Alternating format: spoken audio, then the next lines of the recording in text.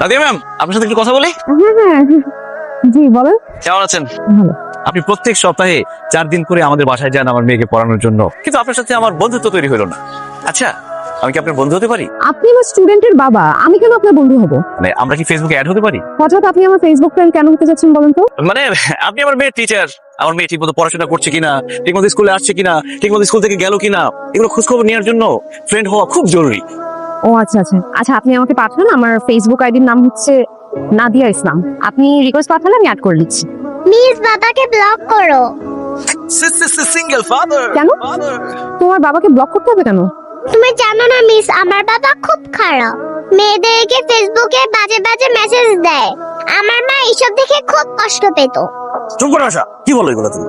আমি সত্যিই বলেছি। ছি ছি ছি ছি ছি, জাহিদ সাহেব, আপনাকে তো আমি ভালো মনে করেছিলাম, আপনি এত খারাপ। ছি ছি ছি, আসো ক্লাসে আসো।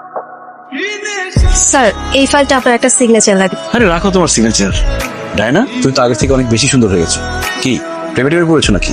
স্যার যে কি বলেন, প্রেমে পড়বো কখন? সারাক্ষণ তো অফিসের কাজ নিয়ে বিজি থাকি। তার মানে তুমি কি বলতে চাও, তোমার কোনো বয়ফ্রেন্ড নেই? হ্যাঁ স্যার, আমার কোনো বয়ফ্রেন্ড নেই, আমি এখনো সিঙ্গেল। তুমি তো জানো আমিও সিঙ্গেল। আচ্ছা, বয়ফ্রেন্ড না থাকলে ঘুরতে যাও কিভাবে? ঘুরতেই তো যাওয়া হয় না স্যার, সারাক্ষণ এই অফিস থেকে বাসা, বাসা থেকে অফিস, এভাবেই কাটছে জীবন। কি আর বলবো, দুঃখের কথা, আমার জীবনেরও একই অবস্থা। অফিস থেকে বাসা, বাসা থেকে অফিস, এভাবে চললে কি মানুষ বাঁচে বলো? লাইফটা একদম বোরিং হয়ে গেছে।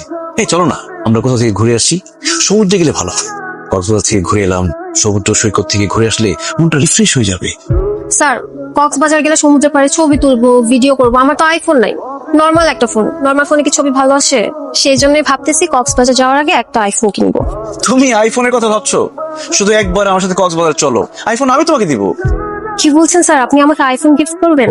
তাহলে তো আমার কক্সবাজার যেতে কোনো প্রবলেম নেই। আপনি সব প্ল্যান করেন, আমি আছি। ঠিক আছে, তাহলে এয়ার টিকেটটা বুক করে ফেলি। আর তুমি দেখো তো কোন রিসোর্টটা ভালো হয়। তোমার এত বড় সাহস, তুমি এই মেয়ের সাথে কক্সবাজার যাবে? আমি থাকতে তোমার এই আশা পূরণ হবে না। আচ্ছা আচ্ছা, তুমি আসলে যা ভাবছো ব্যাপারটা তা না, আমরা তো অফিসের কাজে কক্সবাজার যাবো।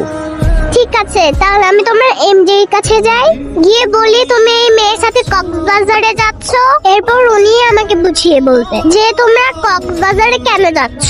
না না আশা, প্লিজ তুমি এমডি স্যারকে কিছু বলো না। এমডি স্যার যদি জানতে পারে তোমার বাবার সাথে আমি কক্সবাজার যাবো, তাহলে আমার চাকরিটা চলে যাবে। প্লিজ বলো না। ঠিক আছে, তাহলে কানে ধরো। তুমি কিন্তু বেশি বাড়াবাড়ি করছো। তুমি চুপ করো বাবা, কানে ধরো, নয়তো আমি এমডি স্যারের কাছে যাব। না না, আমি কানে ধরছি, কানে ধরছি। এই যে দেখো, আমি কানে ধরছি। শোনো, আমি তোমাকে কথা দিতেছি, তোমার বাবার সাথে আমি কাজ ছাড়া কোনো কথা বলবো না।